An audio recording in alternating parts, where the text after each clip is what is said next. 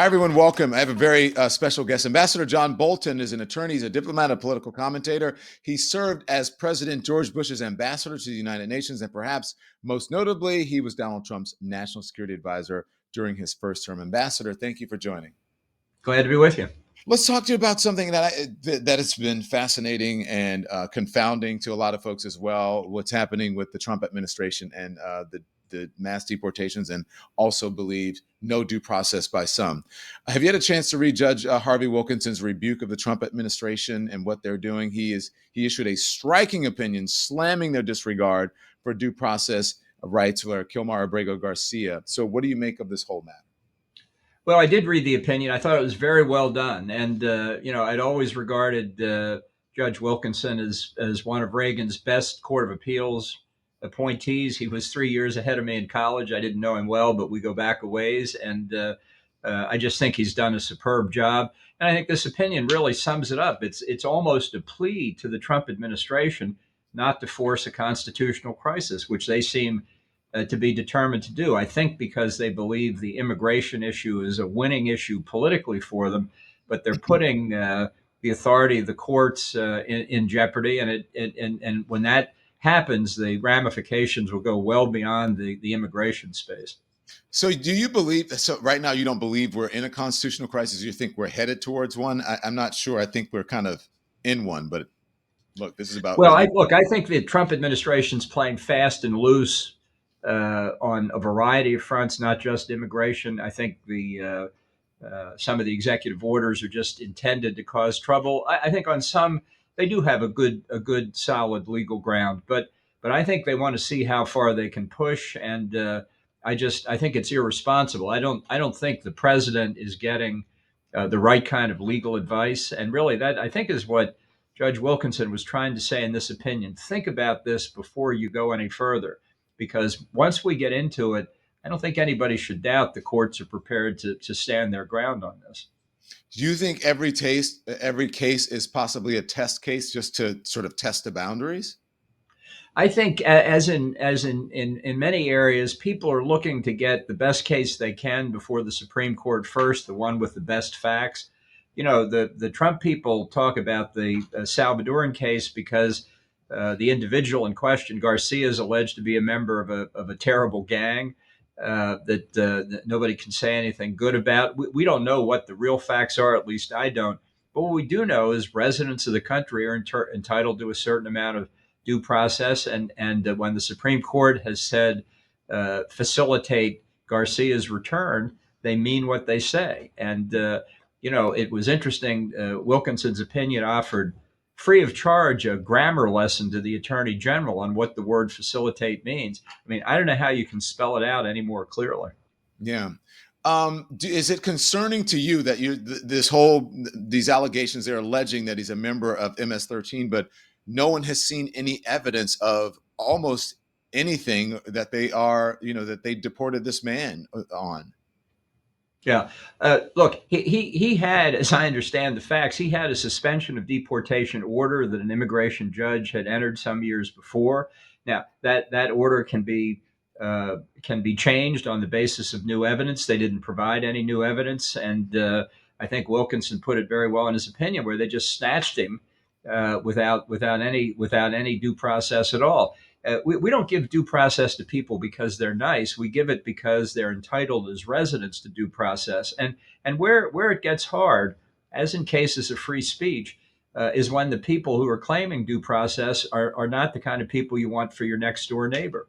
But the analogy is like to what Voltaire was once said to have observed about speech. He said, "I don't agree with your opinion, but I will defend to the death your right to express it." In this case, I don't care how bad this guy is. If he can't get due process, the risk extends to everybody else. And you're not condoning his conduct or anything else. And the way this is being handled politically is trying to make it look like that's what the judges and the courts are doing, when it certainly is not. Mm-hmm. What is your biggest concern about this? Because look, I think the media, depending on where you go, the left wing media does, whether the right wing media seems to be going along with the administration's efforts to try to sully this man's reputation and bring in things that I think are irrelevant in this case. And it says nothing about why he was deported. There is a smear campaign, in my opinion, going on that has nothing to do with the case. What do you think? Well, this is part of Trump's game plan in a whole range of things. People who disagree with him are nasty, and they're bad people, and this is to Trump, everything is personal. He doesn't have a philosophy. He doesn't do grand strategy and the national security area. He doesn't do policy. It's all about personality, and his mode of argument is to try and bring down his opponents by denigrating them. And I think that's so. This is sort of the playbook being played right here. Yeah, a couple things. If you were, is this something that you would advise him on if you were there?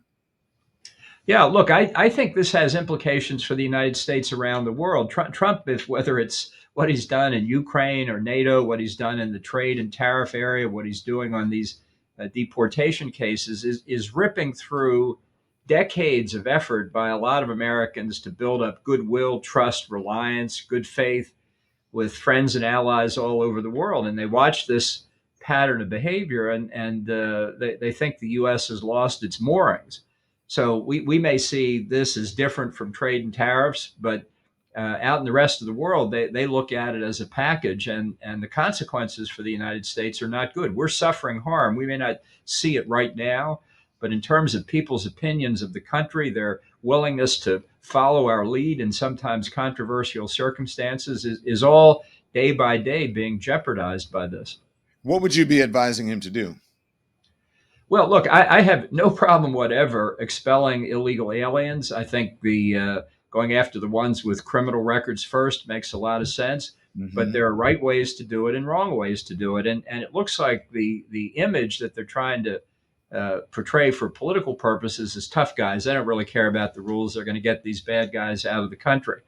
And the politics is one thing, but when it comes to defending the Constitution, which the president took an oath to do, preserve, protect, and defend it, he displays no inclination whatever to abide by that oath, and that should worry us across the board. Well, Mr. Ambassador, let me ask you: when you have the Supreme Court saying that the president cannot, a sitting president can't go to jail, and I don't believe can be prosecuted, and then he can pardon the people around him, what recourse, if any, do the judges have or the judiciary have if he continues to defy him, even with this Garcia case? Well, I think they have a lot of remedies. I think we're seeing that play out in Judge Boasberg's court in another immigration case He's a in special Washington. prosecutor or something if he had to. Yeah. Well, Yes. there are possibilities. Plus, at some point, people in Congress are going to have to stand up, and because they have an interest in this as well. It's not going to be a pleasant confrontation. I think that's one reason Judge Wilkinson is kind of giving them a last chance over at the Justice Department to behave the way normal Justice Departments behave. Obviously, I'm a Justice Department alumnus. I was head of the Civil Division in Reagan, and we argued very strongly for our positions. But as representatives of the United States, we had to keep in mind we were officers of the court, and the court relied on Justice Department lawyers to remember that their highest obligation was to the Constitution. That's in jeopardy in this administration. Look, I want to talk to you about that hot mic moment in the Oval Office with the president of El Salvador, Bukele, when Trump appeared to instruct him to start building additional prison facilities in El Salvador. And this is a quote, homegrowns to, I guess, send homegrowns there, AKA American citizens. What's your reaction? Well, that's absolutely unacceptable, and I don't think there's any federal judge in this country that would countenance that. But it's another example of Trump trying to show how tough he is on this issue and pushing the limits. He doesn't. He just doesn't acknowledge that there are things that he can't do, and he's waiting for somebody to tell him no. Nobody at the White House is telling him no at this point. I mean, I saw in the first term lawyers in the White House counsel's office, lawyers from the Justice Department. I mean, political appointees explaining why he couldn't do A, B, or C. And I have to say, I don't see evidence that they're saying that. They may be and are unsuccessful, but it doesn't look to me like anybody's giving him significant legal advice. Yeah. I originally wanted you to come on. You're a very busy man to talk about so-called Signalgate. I mean, that wasn't that long ago, but in at the rate that this administration moves, I mean, it is maybe in the rearview mirror. I don't know about the Trump administration accidentally adding this journalist Jeffrey Goldberg from the Atlantic to this Houthi PC group chat. What was your reaction to this mess? Well, initially I was totally without words. I couldn't find a way to express how stunned I was that anybody would do this. You simply don't use commercial means of communication, uh, whether it's supposedly an encrypted app or not, for these kinds of discussions. You don't know where they're going to go. You could start off talking about a newspaper article, but obviously you could get into classified material. I understand why you need to have group chats, but as I've been saying, the place for the group chats are the situation room where everybody's in place. Some people may have to appear via secure video teleconference facilities, and we've got great capacity to do that. But having chat groups where you're writing two or three sentences, this is not what you would call sophisticated national security analysis at work, and on an unsecured channel. It just is no excuse for it. I give Michael Waltz credit that at least he took responsibility for it. Well, look, I'll ask you a similar question after this, but I mean, why don't they know that? Or I, do they? I'll go back to what I said before. I was just speechless when I heard about it. There's not a GS10 in the government that hasn't had that briefing multiple times, and it struck me this was a group formed after a decision had been made, which also indicates there wasn't a lot of thought into the original decision. I have no trouble stopping the Houthis from interdicting the Suez Canal Red Sea maritime passage, but this is not the way to make decisions about how to do it. Nor is there any need for Pete Hegseth to communicate information about what's happening operationally to anybody on that chat other than Waltz, who needs to know in case he has to tell the president. The rest of them can learn about it after it's over. Yeah. With all the scandals that have come out with the Trump administration, I am reminded of Hanlon's razor. It's an idea that you should never attribute to malice what can be explained by stupidity and incompetence. Regarding Signalgate, regarding Kilmar Abrego Garcia and others, is it malice or is it stupidity? Yeah, there's a corollary to that theory. Larry Silberman, a judge on the D.C. Circuit, said, if in the federal government, 99% of all conspiracies turn out to be simple mess ups. He used a different word, but that's what he had in mind. And Such an F, maybe. yeah, I think that's what's going on here. I just think it's these are people who have not been in these kinds of situations before. I mean, I'm not questioning their motives, but they're coming from behind to learn how it's done. And I acknowledge too that trying to get Trump to go through a rigorous decision making process is no easy task. Do you think the folks you said, he doesn't have anybody around him who's advising him, giving him good legal advice? Do you think these folks are qualified? Well, no, I'm generalizing here because some are, I would imagine. But the people he appointed and he has, in his cabinet, you think that they are qualified? Well, I think there are a lot of lawyers in different places, Justice and the White House counsel's office, who could give him advice. Whether they've got people who really understand the Well, I mean, like constitutional the implications. Hegseth of the world, et cetera. Yeah. Yeah, well, no, the answer to that's no. But they've also, according to press reports anyway, downgraded the utility of the Office of Legal Counsel at the Justice Department, which is the real institutional kind of Attorney General's principal legal advisor. It ultimately, this is going to come back to bite them. But in the meantime, we're all going to suffer significantly because they're just not going through the right route to find out what's valid to do and what's not. And there's some things that are invalid, and it's to their benefit not to go down that road, only to find later that they've taken a wrong path and caused enormous damage. Yeah. Is that your feeling about Doge? Well, look, there are right ways to reform the government and wrong ways, and I think the government ought to be reduced dramatically. I think Doge has barely scratched the surface of what needs to be done, but it's often done in a careless and reckless fashion, and ultimately it may cost a lot of money. And in the next administration, you build all these departments and agencies right back to where they were before and haven't changed anything. And it costs more money, as a matter of fact, Well, because that's right. even You'll yeah. spend the money to tear them down, then you'll spend the money to build them back up again. I have no trouble with massive cuts across the federal government. I have no trouble whatever, as Ronald Reagan promised to do, eliminate the Department of Education. But again, there are ways to do it and ways to mess it up. I was remiss, sorry, in my journalistic duties by not asking you when we were talking about it. What do you think the fallout should be? What do you think? Should there be some sort of reprimand for Signalgate? Well, I think at a minimum, the president ought to say we're never going to do this again. And Trump hates to admit any mistakes, but this is not just for the people who were directly involved in that group chat. It's for the thousands of other people in the federal government who handle sensitive information and are held to a higher standard. And they need to know that those standards apply up and down the line. They're not going to get that from the guy who had untold classified documents at Mar-a-Lago after he left the White House. Hmm.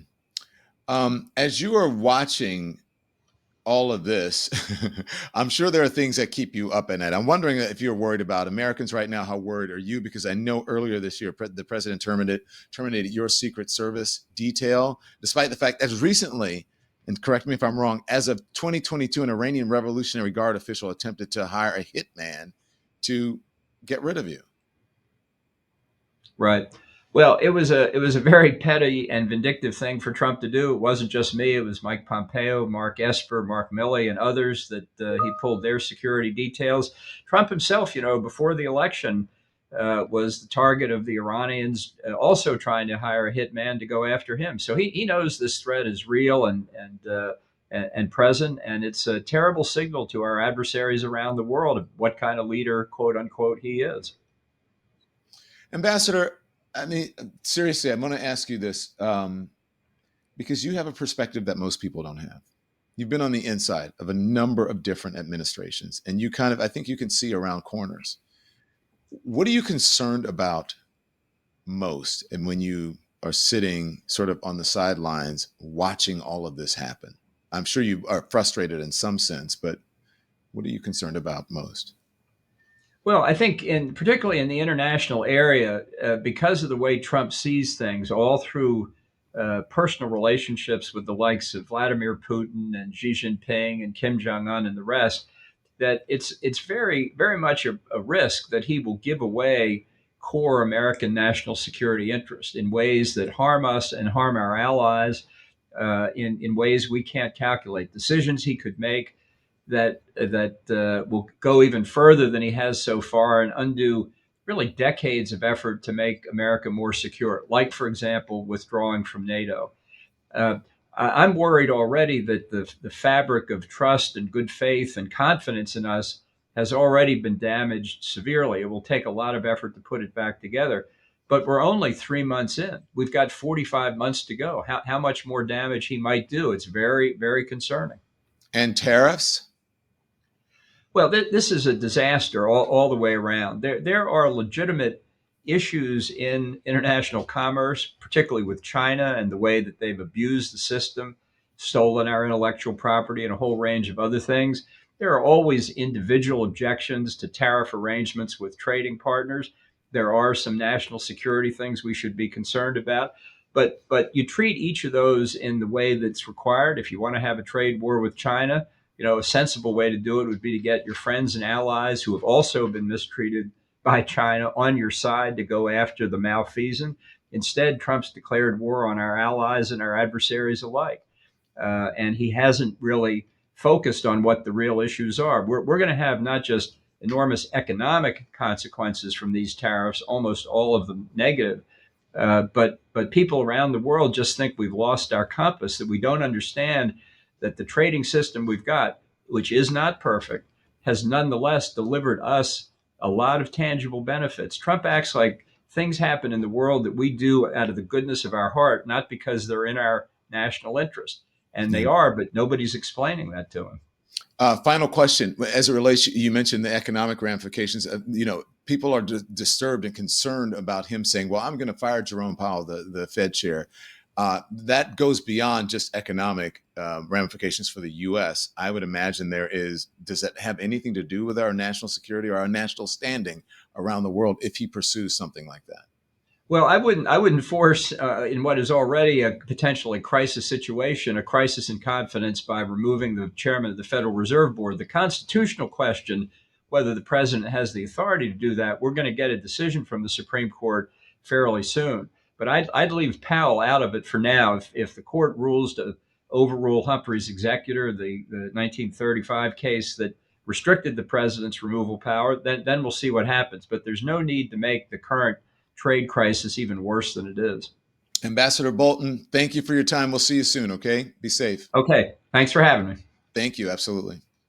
Thanks everyone for watching. Your support means the world to us. So make sure you hit the like button and you subscribe to our channel to make sure that you never ever miss a video. We're live every day, 10 a.m. Eastern time. We drop even more content at 2 p.m. Eastern and 5 p.m. Eastern. And if you want more Don Lemon Show content, we'd love for you to become a member of the Lemon community, where you will receive access to special community posts. You'll get exclusive content and members-only live shows. So head over to our channel page or click the join button on this video.